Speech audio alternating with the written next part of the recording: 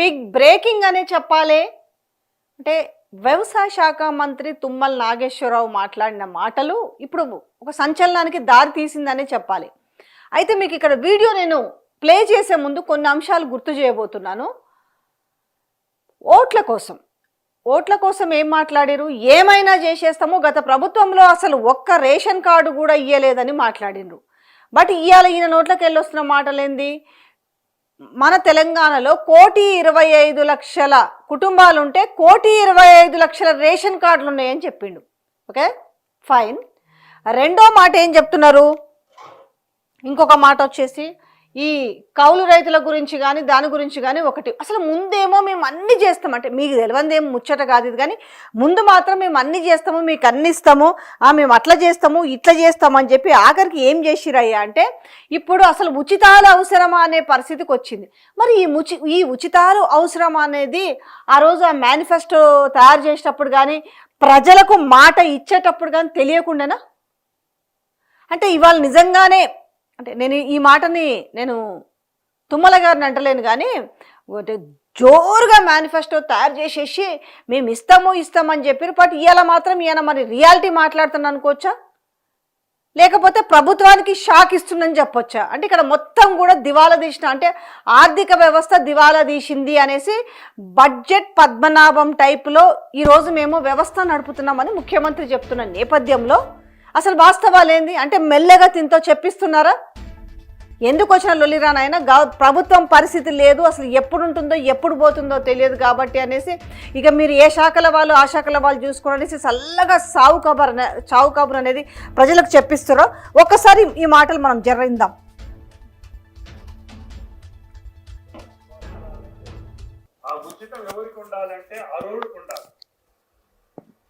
అర్హుడికి ఉండాలి, నిరుపేదకు ఉండాలి, తినటానికి తిండి లేనివాడికి బియ్యం ఇయ్యాలి, అమ్ముకున్నోడికి ఇస్తారా మీరు? ఎన్టీ రామారావు 3 రూపాయలు ఉన్నప్పుడు 2 రూపాయలకి ఇస్తే దేవుడు అన్నారు. ఇప్పుడు 60 రూపాయలు ఇస్తే కూడా ఉచితంగా ఇస్తారా మీరు? అప్పుడు మిమ్మల్ని ఏమంటారు? పద్ధతి కాదు కదా. మీ ఊళ్ళో కార్డు లేనోళ్ళు ఒక 10-20 మందిని తీసుకురండి, రేషన్ కార్డు లేని వాళ్ళని. అంటే అందరూ పేదవాళ్ళేనా? ఈ తెలంగాణ కుటుంబాలే 1,10,00,000 కుటుంబాలు. మీ కార్డులు వచ్చి 1,25,00,000. అంటే పక్క రాష్ట్రాల వాళ్ళు కూడా ఉన్నాయి ఇక్కడ కార్డులు. నేను ప్రభుత్వంలో ఉండి చెప్పకూడదు, కానీ ఇక్కడ ఏంటి చెప్తుంది అని అంటే దేనికి ఉచితాలు అనేసి ఇప్పుడున్న ప్రభుత్వం కూడా ఆయన ప్రశ్నిస్తున్నాడు. దేనికి అంటే ఇప్పుడు సన్న బియ్యం ఇస్తున్నామని ఈరోజు గొప్పలు చెప్పుకుంటున్న వైనం చూస్తుంటే ఒక విధంగా తను మాట్లాడిన మాటల్లో అర్థం ఉంది. ఎవరికి ఇవ్వాలి నిజంగా ఉచితాలు అనేది? ఎవరికి అవసరమో నీడీ పీపుల్ ఉంటారు, అది వాళ్ళకి. కానీ ఈరోజు చెప్తున్న మాట సాక్షాత్తు చెప్పింది కదా వ్యవసాయ శాఖ మంత్రి, 1 కోటి పైగా కుటుంబాలు ఉంటే 1,10,00,000 కుటుంబాలు ఉంటే ఇవాళ రేషన్ కార్డులు అనేవి 1,25,00,000 రేషన్ కార్డులు ఉన్నాయంటారు. మరి ఇక గతంలో ఏం చెప్పారు, గత ప్రభుత్వంలో కూడా ఆల్మోస్ట్ 16 లక్షలకు పైచీలకు రేషన్ కార్డులు ఇచ్చారు. కానీ రేషన్ కార్డులు అప్పుడు ఏం చెప్పారు, మేము రాగానే రేషన్ కార్డులు ఇస్తామని చెప్పి ప్రజాపాలన పేరుతోటి దరఖాస్తులు స్వీకరించి అంటే నిజంగా ఎన్ని రేషన్ కార్డులు తీసేయాలి, ఒకవేళ అనర్హుల కార్డులు తీసేయాలన్నారు. ఇంచుమించు 30-40 లక్షల కార్డులు తీసేసి ఈ 30-40 లక్షల కార్డుల ప్లేస్లో నిజంగా ఎవరైతే లబ్ధిదారులు ఉన్నారో వాళ్ళవి మళ్ళీ దాంట్లో యాడ్ చేయాలి. అది జరిగిందా? చెయ్యరు. ఎందుకో తెలుసా? రాజకీయం కోసం. రేషన్ కార్డులు తీయాలి అని అంటే మనసు ఒప్పదు, కానీ ఎవరికి అవసరం అది? నిజంగా ఎంతమంది దాన్ని యూజ్ చేస్తున్నారు? బియ్యం తెచ్చి అమ్ముకుంటారు. అది గతంలో కూడా చూసినాం. దొడ్డు బియ్యమా సన్న బియ్యమా అనే విషయాన్ని చూస్తుంటే ఎవరు తింటున్నారు? అమ్ముకుంటున్న పరిస్థితి. అంటే ఏ ప్రభుత్వం వచ్చినా చిత్తశుద్ధితో గనక ఆలోచించి ఎవరికి అవసరమో వారికి మాత్రమే సంక్షేమాన్ని అందిస్తే నిజంగా ఈరోజు రాష్ట్రాలు దివాలా తీయవు, ఇవాళ ఈ పరిస్థితి ఉండదు. అంటే వీళ్ళకి ఏమైంది చెప్పినా, మనం అధికారంలో ఉన్నప్పుడు ముబ్బడిగా ఇచ్చేద్దాం, అవసరమైతే ఇంటికి పోయి గిన్నెలు బోకులు దొమ్మేసి వద్దాం, బట్టలు ఉతుకుతాము, మీకు అంతా నెలవారికి మొత్తము మేమే అందిస్తాం, ఇంకా రేపు మేనిఫెస్టోలో ఇంటింటికి మందు కూడా అందజేస్తామని చెప్తారేమో కూడా తెలియదు. బట్ మరి ఇవాళకైనా వీళ్ళ కళ్ళు తెరుచుకున్నాయా అంటే ఈరోజు ఆ ప్రభుత్వంలో ఉన్న మంత్రి మాట్లాడుతున్న మాటలు చూస్తే వీళ్ళకి ఇప్పటికైనా కొంచెం ఏమైనా మరి సోయి వచ్చిందా అనేది. ఇంకోటి కూడా ఏది ఇది రేషన్ కార్డుల గురించి. ఓకే, ఈ రేషన్ కార్డులకు సంబంధించి అంటే కావాలన్నా ఇప్పుడు మీకు అనే ఇది నిజంగా చెప్పాలంటే ఎవరెవరికైతే ఇప్పుడు యూజ్ చేస్తలేరో అవన్నీ కూడా తీసేసి వాటి ప్లేస్లో నిజంగానే మీరు దాంట్లో కామెంట్ చేయండి. ఇప్పుడు ఈ లైవ్ చూస్తున్న వాళ్ళు కానీ తర్వాత వీడియో చూస్తున్న వాళ్ళు కానీ కామెంట్ మీరు చేయండి. నిజంగా నేను చెప్తున్న అంశం కరెక్టా కాదా, ఎవరికి కావాలి రేషన్ కార్డులు అనేది. ఇవాళ చూడండి, తెలంగాణలో 1,10,00,000 మంది జనాభా ఉంటే 1,25,00,000 మంది రేషన్ కార్డులు ఉన్నాయి కుటుంబాలకు. అంటే ఏంది మరి ఇప్పుడుగా మళ్ళీ మేము రేషన్ కార్డులు ఇస్తామని చెప్పి పెద్ద ఓ డ్రామాటికల్ డ్రామా నడిపేసి వాళ్ళు పాపం వాళ్ళ ఆశతో ఉంటుంటారు. ఇవి ఎలక్షన్ల కోసం ప్రజలకు ఎరవా వేస్తుంటారు, వాళ్ళు నిజమేననుకొని నమ్ముతారు. మనం రెండోది ఇంకోటి మాట్లాడుకుంటున్నాం ఏంటి, ఈ రైతు భరోసా కావచ్చు, కౌలు రైతులకు కావచ్చు, రైతు కూలీల విషయంలో మొదటి నుంచి చెప్తున్నాం. ఇంకా ఆల్రెడీ సంవత్సరంన్నర పొద్దు గడిచింది ప్రభుత్వం వచ్చేసి అనేసి. ఇప్పుడు ఏం చెప్తున్నారు మళ్ళీ చల్లగా చావు కబురు. మొదటి నుంచి గత ప్రభుత్వం చెప్పిన మాట, దాని తర్వాత వాళ్ళు ప్రతిపక్షంలోకి వచ్చిన చెప్పిన మాట, మేము కూడా చెప్పినాం. అసలు ఎట్లా సాధ్యమవుతుంది అనే విషయాన్ని, అరే కౌలు రైతులకి ఎవరికైతే భూమి ఉందో వాళ్ళకి మధ్య లొల్లి నడుస్తుంది, ఇది సాధ్యం కాదు అని చెప్తే యాక్చువల్ మేము కౌలు రైతులకు ఇస్తాము అని చెప్పారు. ఈ కౌలు రైతుల ముచ్చట, ఈ రైతు భరోసా ముచ్చట కూడా ఒకసారి ఇందాం. ప్రభుత్వంలో ఉండి చెప్పకూడదు కానీ పెద్ద కోపం రాదంటే ఉచితాలు తగ్గియాలి.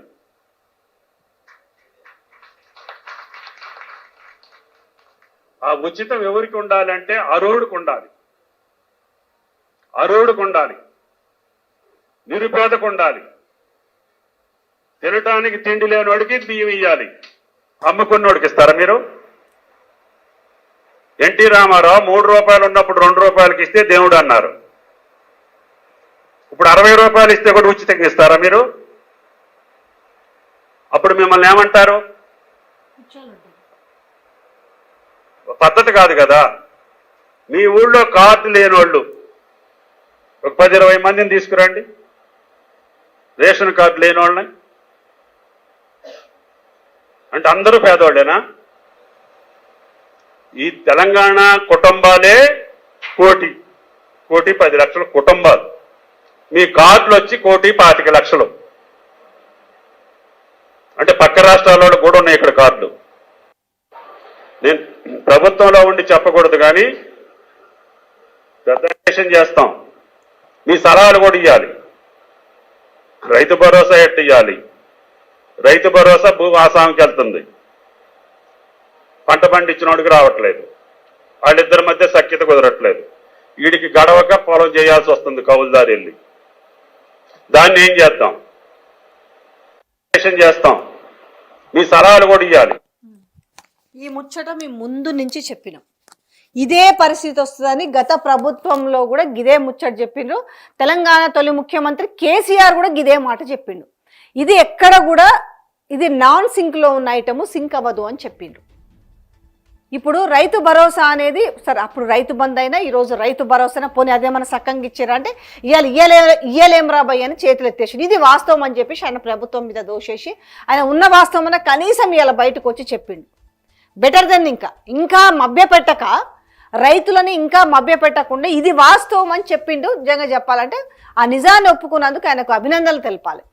కానీ మరి ఈ సోయి లేకుండా ముందు హామీ ఇచ్చినప్పుడు ఎట్లుండాలి అంటే ప్రజలకు ఇబ్బడి ముబ్బడిగా ఏం చెప్పినా ఓటేస్తారని గుడ్డిగా నమ్మించి మేము కౌలు రైతులకు ఇస్తాము, రైతు కూలీలకు ఇస్తాము, ఎక్కడిదక్కడ ఓవర్లాప్ కాకుండా చేస్తామన్నారు. ఎక్కడ చేసిండ్రు?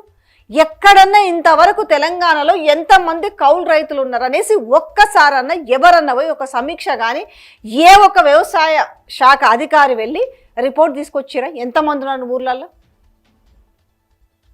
రైతు భరోసా కోసం ఆగి మొన్న ఏమన్నారు, మార్చి 31వ తారీఖు వేస్తామన్నది వేయలేకపోయినామని మళ్ళీ ఈ మంత్రి గారే చెప్పిండ్రు. అంటే ఎవరిని పిచ్చోళ్ళని చేస్తున్నారు ఇక్కడ? మళ్ళీ మీదికెళ్ళేమో నా పాలన ఎట్లుంటుందో మీరు ఎలక్షన్స్కి 6 నెలల ముందు చూస్తారు అని మాట్లాడు. కరెక్టే, 6 నెలల ముందర మళ్ళీ ఏదో ఇంత తాయిలాలు పడేస్తే మళ్ళీ మనకు వచ్చి ఓట్లు వేస్తారన్నా? అరే ఎంతసేపు పదవుల కోసము ఓట్ల కోసము తప్ప అరే మనం ఒక హామీ ఇచ్చినాము, దాన్ని ఓవర్లాప్ కాకుండా కనీసం మనం ఇచ్చిన వాటిని ఎట్లా ఇద్దాం అనేది అయితే లేదు. ఈరోజు ఆయన చెప్పిండు కదా, ఏం చెప్తున్నాడు, నిజంగా ఉచితము ఎవరికి అవసరము, ఈ ఉచితం వల్ల ఇబ్బందులు పడుతున్నారు కదా, అధికారంలోకి రావడానికి అదే చెప్తున్నా కదా, అవసరమైతే ఏమైనా చేస్తాం, ఇంటికి వచ్చి ఆఖరికి రోజు మందు కూడా మేమే ఫ్రీగా ఇస్తామనే పరిస్థితికి వచ్చారు ఈ రోజు. ఇంకా వస్తుంది అది కూడా. ఇక మహిళలకు 2500 అంటారా, దాని ముచ్చట ఉందా అసలు? చదువుకునే అమ్మాయిలకు స్కూటీలు అంటారా, అది ఎక్కడనో పాయన, నిరుద్యోగ వృత్తి ఎక్కడో పాయన. ఈ రైతులకే దిక్కులేని పరిస్థితి వచ్చింది. రైతులకి కనీసము రైతు బంధు అప్పుడు ఏమి ఇచ్చారు, పెట్టుబడి సాయం కింద.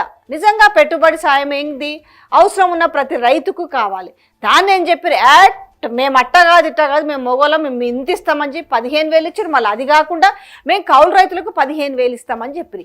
ఎట్లు ఇస్తారు కౌలు రైతులకు? ఇప్పుడు చాలామంది కౌలు రైతులు భూమి తీసుకొని చేస్తున్నాడు. ఇప్పుడు రైతు భరోసా రాదని తెలిసిన తర్వాత రైతు ఎందుకు కౌలుకి ఇస్తాడు? డెఫినెట్ కదా. ఎట్లా గుర్తించాలి? ఇప్పుడు సపోజ్ నాకు 4-5 ఎకరాల భూమి ఉంది, నా దగ్గరకు వచ్చి ఎవరో కౌలుకు చేస్తానంటారు. నేను కౌలు పత్రాలు ఎందుకు ఇస్తారు చెప్పు? భూముల విలువలు పెరిగిన నేపథ్యంలో ఎవరికి ఏ హక్కులు వస్తాయో అన్న భయంతో ఎవరన్నా ఆ పని చేస్తురా? ఏ ఊర్లైనా, మన తెలంగాణలో ఏ ఊర్లలో చూసుకున్నా కూడా ఏదో వాళ్ళిద్దరి మధ్యలో ఒక అమికబుల్గా ఏదో ఒక చిన్న కాగితం రాసుకుంటారు, లేదంటే మాట మీదనే చేసుకుంటారు. ఇగో ఈ ఉగాదికి తీసుకుంటున్నాము, ఈ ఎకరానికి 5,000, 10,000, 15,000. సో ఒకవేళ పంట బాగెళ్ళకపోతే వాళ్ళ మధ్యలో ఉన్న అడ్జస్ట్మెంట్ తోటి ₹1,00,000 అన్న కాడ 70,000 ఇవ్వచ్చు, 80,000 ఇవ్వచ్చు. పంట బాగొస్తే అనుకున్నంత ఇవ్వచ్చు. ఇట్లా జరుగుతున్న నేపథ్యంలో ఇవాళ ఏమైంది, అలా కౌలు రైతులకు కూడా పైసలు అని చెప్పిన నేపథ్యంలో వీళ్ళు ఇద్దరు కొట్టుకునే పరిస్థితి వచ్చింది. ఏమంటారు వీళ్ళు, అవసరమైతే మేము పడావన్న పెట్టుకుంటాం కానీ మేము భూమి ఇచ్చే పరిస్థితిలో లేము అనేసి రైతులు అనే పరిస్థితికి వచ్చింది. ఇవాళ జనరల్గా ఎవరికి ఇచ్చుకుంటారు అసలు? కౌలు ఎందుకు చేస్తారు? కౌలు ఇచ్చుకునే వాళ్ళు ఎందుకు ఇస్తారు? ఇవాళ తనకి భూమి ఉండదు, కొంతమందికి అసలు భూమి లేకుండా కౌలు తీసుకొని చేస్తుంటారు. ఓ 4 ఎకరాలు, 5 ఎకరాలు, 2 ఎకరాలు చేయగలిగిన వాళ్ళు, పెట్టుబడి సాయం పెట్టుకునే వాళ్ళు ఓ 10 ఎకరాలనే చేస్తుంటారు. అసలు కౌలుకి ఎవరు ఇచ్చుకుంటున్నారు? సరే భూములు ఉన్నాయి, పిల్లలకు పెళ్ళిళ్ళు చేసిన తర్వాత కొడుకులు ఉద్యోగాలకు పోతే సరే ఇక్కడ వీళ్ళ ఇంటి దగ్గర ఉన్న వాళ్ళ జీవన భృతి గడవడానికి పొలం ఎందుకు, భూమి అంతా కూడా ఎందుకు పడవ పెట్టుకోవాలనేసి వాళ్ళు కౌలుకి ఇచ్చుకుంటారు. వాళ్ళిద్దరి మధ్యలో కౌలు తీసుకునే అతని మధ్యలో ఈ భూ యజమాని మధ్యలో తిని కూడా అదే చెప్పుకోవచ్చు. ఇప్పుడు కాదని కౌలు రైతులకు ఇస్తే భూ యజమాని ఒప్పుకోడు. ఇప్పుడు ఈ భూమి చేస్తున్నాం కదా, మీరు కౌలు రైతులకు పైసలు ఇస్తామన్నారు కదా, మరి మీరు ఎందుకు పైసలు ఇస్తలేరు అంటున్నారు. మరి ఎవరికి ఇవ్వాలి? అప్పుడు భూ యజమానికి ఇవ్వాలి, మరి కౌలు రైతుకి ఇవ్వాలి. అట్ట కాదు, అప్పుడు ఓవర్లాప్ కాదని ఈ పెద్ద మనిషి పోయి ఒక మీడియాలో ఇంటర్వ్యూలో చెప్పిండు కదా, దానికి ఓవర్లాప్ కాకుండా చూస్తాం. ఓవర్లాప్ కాకుండా ఎట్లుంటుంది? ఇస్తే 2 మీరు రైతు భరోసా ఇవ్వాలి అండ్ కౌలు రైతులకు పైసలు ఇవ్వాలి. అసలు ఇంతవరకు కౌలు రైతులకు గుర్తించకపో ఇప్పుడు అదే చెప్తాడు కదా, మీకు మళ్ళీ కూడా వినిపిస్తా చూడండి. రైతు భరోసా ఎట్టు ఇవ్వాలి? రైతు భరోసా భూమి ఆసాంకి వెళ్తుంది, పంట పండించినోడికి రావట్లేదు, వాళ్ళిద్దరి మధ్య సఖ్యత కుదరట్లేదు, వీడికి గడవక పొలం చేయాల్సి వస్తుంది కౌలుదారి. దాన్ని ఏం చేస్తాం? ఇప్పుడు అదే అంటుండే, మీరే సలహాలు సూచనలు ఇవ్వండి. ఇది ఎప్పుడు ఈ సంక్షేమ మేనిఫెస్టోలో దీన్ని యాడ్ చేసినప్పుడే కూర్చొని ఒక డిస్కషన్ జరగాలి. అసలు మనం ఎట్లా ఇస్తాము? ఇద్దరికి మధ్యలో సఖ్యత కుదరడం కష్టం అనేదే అప్పుడు కేసీఆర్ చెప్పిన విషయం. లేదు మేమంతా తురుంకాళ్ళము, మేమేదో అనేసి అడ్డం పొడుగులో మాట్లాడుతున్నాం, మాటల వరకే కదా ఇప్పుడు మీకు చేతనైంది. ఎక్కడికి మీరు ప్రాక్టికాలిటీకి వచ్చేసరికి ఎక్కడ మీకు సాధ్యమైంది? కనీసం ఇప్పటికన్నా నోరు తెరిచేసి కొంచెం ఆ రియాలిటీని చెప్పండి. ఇది వాస్తవం అని మీకు ముందు నుంచి చెప్తా ఉన్నాం. ఇంకా రైతు కూలీలకు పైసలు ఇస్తామన్నారు, ఉపాధి హామీ కార్డు ఉన్న వాళ్ళకి ఇస్తామన్నారు. దానికైతే మళ్ళీ ఇంకా వేరే, ఇంకా బోనస్ కథ లెక్క వేరే. ఇంకా ఇక్కడికి వచ్చేసరికి పరిస్థితి ఇట్లా ఉంది. అందుకే తెలంగాణ ప్రజలు ఏం చేయండి అంటే, మీ చేతిలో సరే వీళ్ళు గెలిచిన తర్వాత ఎట్టాగూ ఎవరి దారి వాళ్ళది అన్నట్టుగా మన ఓటేసిన వాడి దిక్కు కూడా చూడడు. కానీ మీ దగ్గరికే ఎప్పుడైనా బై ఎలక్షన్స్ వచ్చినా మీ దగ్గరికే రావాలి, లోకల్ బాడీ ఎలక్షన్స్ వచ్చినా మీ దగ్గరికే రావాలి, జనరల్ ఎలక్షన్స్ వచ్చినా మీ దగ్గరికే రావాలి. మీతో ఇన్ని అవకాశాలు ఉన్నాయి. జుట్టు పట్టుకోవాలి, రాజకీయ నాయకులు జుట్టు పట్టుకొని ఆడించాలి జనరల్గా అయితే. కానీ వీళ్ళేం తెలివితేరిండ్రంటే కథం హామీలు ఇచ్చి బయటపడ్డ తర్వాత మందేమిలే వాళ్ళు కాలు పట్టుకుంటారనే పరిస్థితికి వచ్చింది. కాలు పట్టుకునే పరిస్థితి రావద్దు, ప్రజలకి జుట్టు పట్టుకునే పరిస్థితి రావాలి. ఎందుకు ఇట్లా మాట్లాడుతున్నామంటే ఇవాళ వీళ్ళు మాట్లాడుతున్న చిలక పలుకుల గురించి చెప్తున్నా. ఒక విధంగా నిజం చెప్పారని మనం అప్రిషియేట్ చేద్దాం, కానీ ఇది ముందు తెలియదా? అంతా మేధావులే అని చెప్పారు కదా, కూర్చొని ఇది సాధ్యమవుతుందా కాదా, అసలు నిజంగా చెప్పాలనంటే రాజీనామాలు చేసి పడదొబ్బాల. ప్రజలకు హామీ ఇచ్చి ఆ మేనిఫెస్టోకి ఒక చట్టబద్ధత కనుక ఉండుంటే ప్రభుత్వాలే కూలిపోవాలి, అసలు తీసేయాల. మేనిఫెస్టోకు చట్టబద్ధత లేకపోవడం వల్ల ఇవాళ ఇష్టం వచ్చినని దాంట్లో పెట్టి ఇవాళ అనవసరంగా ప్రజల్ని మోసం చేస్తున్నారు. ప్రజలేంది, అరే మాకేదో 4 రూపాయలు వస్తాయన్న ఆశ, ఈ ఆశని వాళ్ళు క్యాష్ చేసుకుంటున్నారు, వాళ్ళ కడుపులు నింపుకుంటున్నారు. వాళ్ళ తరాలు మనమలు మునిమనుమలు వాళ్ళకు సరిపోయేంత సంపాదించుకునే పరిస్థితిలోకి ఈరోజు దరిద్రంగా నెట్టబడింది. ఎప్పుడు మారదా, ఇంకా వ్యవస్థ మారదా అనంటే ఇవాళ వీళ్ళు మాట తప్పుతున్న విధానమే ఇచ్చిర్రు. మేనిఫెస్టో అంటే ఇంకొకసారి నిజంగా ఊర్లలోకి వస్తే చీపుర్లు చెప్పులతో కొట్టాలి వీళ్ళ. నిజంగా ఒక చట్టబద్ధత లేని మేనిఫెస్టోని తీసుకొచ్చి ప్రజల ముందుకు పెట్టి ప్రజలకు ఆశ చూపి ప్రజల్ని ఎరగా వేసి, అదే చేపలు పడుతుంటే ఎరేస్తారు కదా, ఆ టైపులో ఎరవేసి కథం చేప పడ్డ తర్వాత దాన్ని వండుకొని పులుసు వేసుకొని తిన్నట్టుగా ఇవాళ ఇట్లనే ఉంది ప్రజల పరిస్థితి. ఇలా తెలియదా? ముందు నుంచి చెప్తానే ఉన్నాం, కౌలు రైతులకు పైసలు అన్నప్పుడు కుదరదు, ఎవరికో ఒకరికి అనేది సాధ్యం కాదు. ఇద్దరి మధ్యలో సవ్యంగా సాగుతున్న సంసారం లాంటిది ఒక కౌలు రైతు ఒక భూ యజమానికి మధ్యలో ఇది ఒక అండర్స్టాండింగ్ లో చేసుకునే వ్యవహారం ఇది. ఇప్పుడు ఏమైంది, కౌలు రైతు కూడా ఆబ్వియస్లీగా ఆశ ఉంటుంది కదా, ఆయనకేమో రైతు భరోసా వస్తుంది, మాకు కౌలు రైతు అన్నప్పుడు ఎవరిని చెప్తే కదా ఈ పలానా ఎల్లయ్య ఈ పలానా మల్లయ్య ఈయన కౌలు చేస్తుండు అనేసి ఎవ్వరు ఒక కాగితం రాసిస్తలేరు. దట్ ఎందుకు రాసిస్తలేరు? వీళ్ళు కొత్తగా మళ్ళీ ఈ భూమాతనో భూభారతో ఏదో తీసుకొచ్చేసి ఈ హక్కుదారు చట్టం తీసుకొచ్చారు. దాంట్లో కాలంలో ఆ హక్కుదారు చట్టంలో కాలం మారిపోతుంది, అప్పుడు ఈ కౌలు రైతు అందులో ఎక్కుతాడు. మళ్ళీ వీళ్ళు మర్చిపోయినారు అనుకో, కొన్నాళ్ళ తర్వాత ఏమవుతుంది, కౌలు రైతు హక్కుదారు అయిన అనుకో వీళ్ళు కొట్టుకుంటారు. అందుకే చెప్తున్నాడు ఈడ మంత్రి, ఇద్దరి మధ్యలో సఖ్యత కోల్పోతుంది, ఏం చేయాలో మీరే చెప్పండి, మీరు సలహాలు ఇవ్వండి అనే పరిస్థితికి వచ్చింది. ఎవరికి చెప్తుంటే ప్రభుత్వానికి కూడా, నాయన ఈ పరిస్థితి ఉంది, కొంచెం బుద్ధి తెచ్చుకోండి, గడ్డి అన్నట్టుగా మాట్లాడుతున్నారు. మీరు గడ్డి తింటున్నారా, బుద్ధి తెచ్చుకోండి, ఇది పరిస్థితి ఉందని ఒక యాంగిల్లో చూడొచ్చు. ఇంకా చేతులు ఎత్తేసిన తర్వాత ఇంక ఇయ్యలేని పరిస్థితులు ఏం చేస్తారు, సవ్యంగా ఇట్లా ఉంది పరిస్థితి అని చెప్పుకున్నారు. రేషన్ కార్డ్స్ విషయంలో కావచ్చు, ఈరోజు రైతు భరోసా విషయంలో ఇప్పుడు ఏమన్నారు, 4 ఎకరాల వరకు వేసినాము, దాని తర్వాత 31వ తారీఖు వేస్తాము అన్నారు.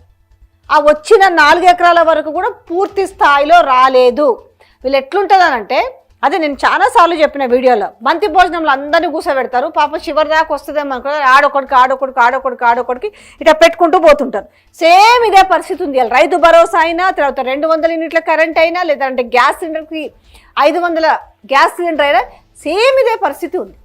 వీళ్ళు చెప్పుకునే గొప్పగా ఏమున్నాయి చెప్పండి, ఇప్పుడు మీరు ఖచ్చితంగా నాకు కామెంట్ చేయండి. ఇప్పుడు ఫస్ట్ వీళ్ళు చెప్పుకునేది ఫ్రీ బస్. ఈ ఫ్రీ బస్ విషయంలో మహిళలే తిడుతున్నారు. వద్దురా నాయన మాకు ఈ ఫ్రీ బస్ అనే పరిస్థితి మహిళలే చెప్తున్నారు, ఇంకెవరో చెప్పడం కాదు. దీనివల్ల ఎవరికి ఒరిగేది ఏం లేదు అనేసి నిజంగా చెప్పాలంటే అవసరం ఉన్న వాళ్ళకి మీరు అవి ఇవ్వచ్చు, వాళ్ళకి 30 రోజులకు 30 స్లిప్స్ అన్ని ఇవ్వచ్చు, లేదంటే పాస్ ఇవ్వచ్చు. వాళ్ళకి ఎక్కడి నుంచి ఏడుకోరా 1500 2000 పాస్ తీసుకుంటారు కదా రెగ్యులర్ పోయేటోళ్ళు. కొన్ని చిన్న ఎంప్లాయీస్ 10,000 ఉద్యోగాలు చేసుకునే హౌస్ కీపింగ్లో చేసుకునే వాళ్ళు కావచ్చు, లేదంటే ఊర్లలో ఆ ఊరికి ఊరు తిరిగి ఆశా వర్కర్స్ కావచ్చు, లేదంటే అంగన్వాడీ టీచర్లు కావచ్చు. ఇట్లా ఏవైతే చిన్న జీతాలు ఉన్నాయో వాళ్ళకి మీరు ఇవ్వదలుచుకుంటే నిజంగా డైలీ వెండర్స్ ఉంటారు కదా, ఈ కూరగాయలు అమ్ముకునే వాళ్ళు, రోజు పల్లెల నుంచి ఇంకొక చిన్న సిటీకి వాళ్ళు కూరగాయలు తీసుకొస్తుంటారు, రోజు వెళ్తారు. వాళ్ళందరినీ గుర్తించి వాళ్ళ ఆధార్ కార్డు తీసుకొని వాళ్ళకి పాస్లు ఇష్యూ చేయొచ్చు కదా. ఇంట్లో గవర్నమెంట్ ఎంప్లాయీస్ అందులోనే పోయారు. ఆఖరికి పాపం ఈ ఫ్రీ బస్ వల్ల ఏమైంది, ఆఖరికి ఆ కార్లు ఉన్న వాళ్ళు కూడా ఏమైంది తెలుసా, డ్రైవర్లను తీసి పడేసి కార్కి కవర్ కప్పి ఇంట్లో పెట్టుకున్నారు. ఎందుకయ్యా అంటే ఫ్రీ బస్సు కదా, అనవసరంగా ఎందుకు బొక్క ఆడ, అనవసరంగా దీనివల్ల ఏమైంది, ఆ డ్రైవర్కి ఉద్యోగం పోయింది కదా, ఉపాధి కోల్పోయారు. ఇట్లా ఎంతమంది తెలుసా ఉపాధి కోల్పోయిన వాళ్ళు. గవర్నమెంట్లో లక్షల జీతాలు తీసుకుని ఇలా టీచర్లు అందరూ కూడా అప్ అండ్ డౌన్ చేస్తుంటారు. హైదరాబాద్ నుంచి ఈ జిల్లాల దగ్గరలో ఉన్న అన్నిటికీ, ఇటు చూసుకుంటే మహబూబ్ నగర్ కావచ్చు, ఇటు చూసుకుంటే నల్గొండ సైడ్ కావచ్చు, అటు చూసుకుంటే దేవరకొండ సైడ్ కావచ్చు, ఇటు చూసుకుంటే చేవేళ్ళ సైడ్ కావచ్చు, వీళ్ళందరూ డైలీ అప్ అండ్ డౌన్ చేసే వాళ్ళు. ఎవరికి బాగుపడ్డదయ్యా అంటే ఇది ప్రభుత్వం ఉద్యోగులకి బాగుపడ్డది. నిజంగా వాళ్ళు పెట్టుకోగలుగుతారు. ఆ టికెట్ నెలకు కొనుక్కునే కెపాసిటీ లేదా ఎంత అవుతుంది? 2-3 వేలు పెట్టుకునే 1 లక్ష రూపాయలు జీతం వస్తుంది, 50,000 జీతం వస్తుంది, 60,000 జీతం వస్తుంది. సరే ఓ 10-15 వేల జీతం వచ్చిన వాళ్ళకి 2,000 మిగిలితే వాళ్ళకి దేనికో ఖర్చుకుంటుంది అనుకోవచ్చు. కానీ వాళ్ళని గుర్తించి వాళ్ళకి పాసులు జారీ చేయొచ్చు కదా, నిజంగా చిత్తశుద్ధి ఉంది అనుకుంటే. ఇక పరిపాలన గాడి తప్పిందనకపోతే ఇంకేమంటారు చెప్పండి ఇదంతా. మళ్ళీ మీదకి వెళ్ళి ఇగో ఈ పైసలు లేవు, గిట్ల నడుపుతున్నాం, గివి ఉన్నాయి గందుకే ఇవ్వలేకపోతున్నాం అనేసి ఆర్టిస్టులు కూడా గదే ముచ్చట చెప్తారు కదా.